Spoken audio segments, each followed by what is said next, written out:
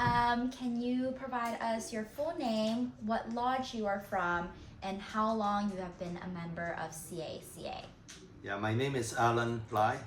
I'm from the Seattle Lodge. Have been a C.A.C.A. member for 7 years. Wow. So it's September 5th, 2025. Right now is 1:16 p.m. How are you feeling about the convention so far? What are some things you're looking forward to? Oh, so far so good. I've met a lot of familiar faces, catching up, and I'm hoping to listen to more of the success stories that the different lodges have been telling us. And then I will be happy to report on behalf of the Seattle Lodge. What's a feeling or a memory that comes to mind when you think about your first C.A.C.A. convention? Oh, brotherhood, friendship, inclusiveness, and then tons of positive energies. Yeah.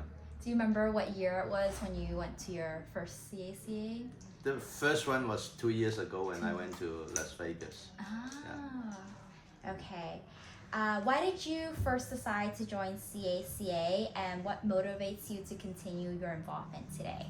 I got invited by one of the C.A.C.A. board member in Seattle, Fred Yi, and he's a community leader, and he invited me, and then I participated in the meetings, and then mostly we're talking about,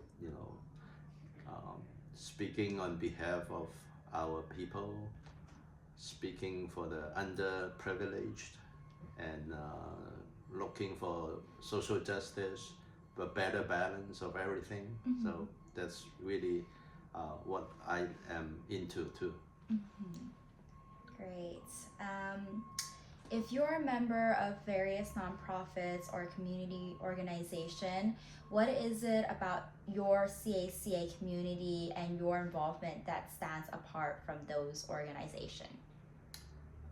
I think the general theme is also, like I said, social justice for all, inclusiveness for all, and then particularly when the political climate now is so much bullying, so much injustice, we need to unite together and speak out loud for ourselves. And then the Chinese culture is being humble, being submissive, not being used or comfortable on the spotlight, but we need to tackle those taboos, those cultural taboos, and when it's not right, speak up.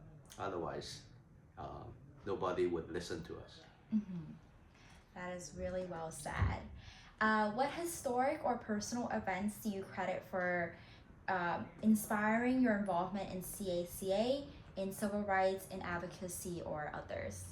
Well, in C.A.C.A. in Seattle, we have Rise Drive every year for the Chinese senior citizens in Chinatown International District.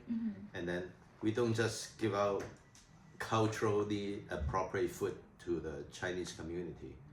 We do that alongside with the voter registration. We encourage the Chinese seniors to sign up, to register as voters, and so that they can vote, so that when there's something happening in this society, they have a voice.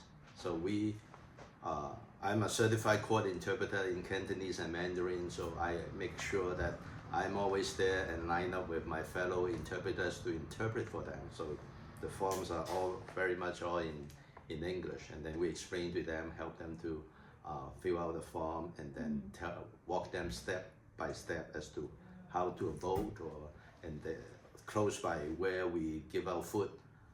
There's always some voting boxes for them to drop off. We walk them there to drop the votes. Yeah, that is very impressive. I'm so glad to hear about your involvement. So, founded in 1895, C.A.C.A. is regarded as the oldest continuous civil rights and advocacy organization established for Americans of Chinese ancestry. what do you credit for its longevity and sustainability? How might you attract like younger people to join?